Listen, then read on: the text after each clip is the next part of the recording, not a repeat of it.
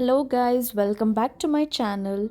Today I'll be sharing with you some of my most prized tips and tricks on handling, freezing and storing meat in the easiest possible ways that are sure to make cooking a lot less chaotic.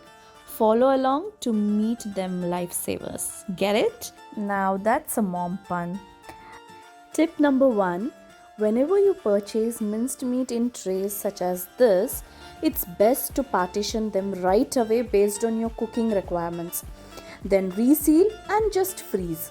This makes thawing meat later a breeze. For more convenience, I'm writing down the date with a Sharpie for future use once it's in the freezer. In my next clip, I'll be showing you the frozen meat.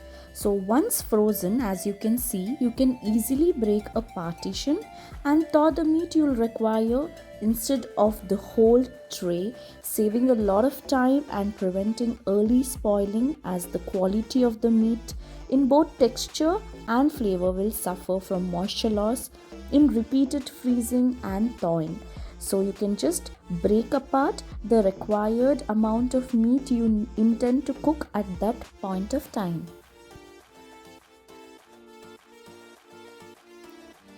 Tip number 2. Here I've got the hind and shoulder portions of mutton.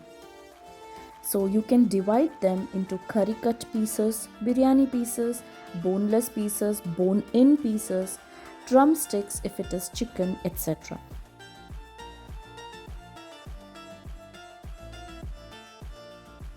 So wash the mutton nicely under running water and add salt and mix.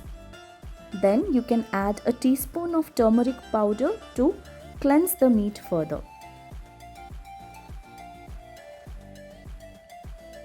Wash it and then you can take a dish or a bowl and add some salt, oil and turmeric and make a paste out of it. Add the mutton pieces and coat the pieces in this mixture.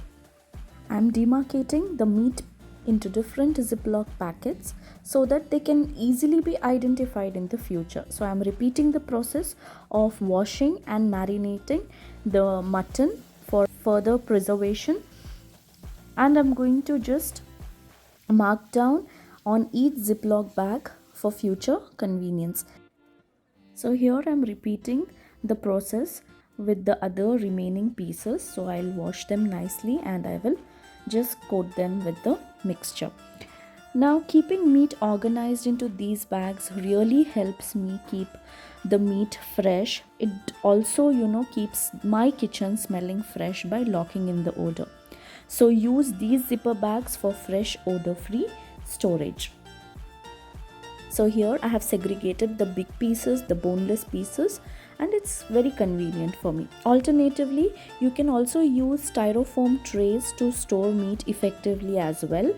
Seal it with cling or saran wrap and freeze. Don't forget to mark down the date as well. So I'm just going to mark down the date so that it's easily identified, and I'll be sure when to use them. So guys, after all this hard work, you can load your bags and trays on a flat plate or board and slide in the freezer. You have to store your meat tightly wrapped to minimize exposure to air. Always store raw meat, poultry and seafood on the bottom shelf of the freezer so that juices don't drip on other foods and cause cross-contamination. You can also store it in the freezer box in case you don't want to store it on a flat plate or a board. Now use this meat in the freezer within a few months. The less time it's frozen, the better it will retain its quality.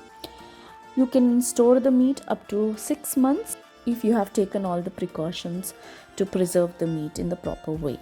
So these are the simple tips and tricks I follow in my kitchen, and this has helped me. So I thought of sharing it with you guys. Thanks for watching my video guys. Take care. Bye bye.